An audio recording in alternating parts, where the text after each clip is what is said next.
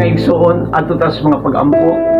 Langito na mo nga mahan, panalangin ni Diyos ang tanan ng mga tao sa tibok kalibutan, inguman ang ilang mga pamilya Ginoo.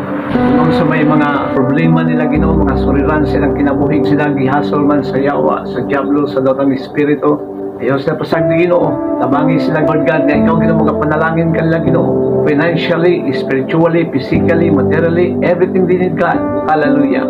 Bisan pa man Ginoo sa mga tao Ginoo na wala masayod kung sa ilang pagabuhaton Ginoo tungod kay sila anaa sa kasamok sa ilang hunahuna. Ayaw sila pasagdi Ginoo, tabangin sila og kaluy sila Ginoo, i-bless sila Ginoo, saksak reglig umaapaw ng mga biyaya at pagpapala Lord na imong ihatag sila mang kinabuhi Ginoo tungod kay ikaw o Dios ang tuburan sa tanang grasya panalangin, ang Dios nga puno sa gugmag kaluoy.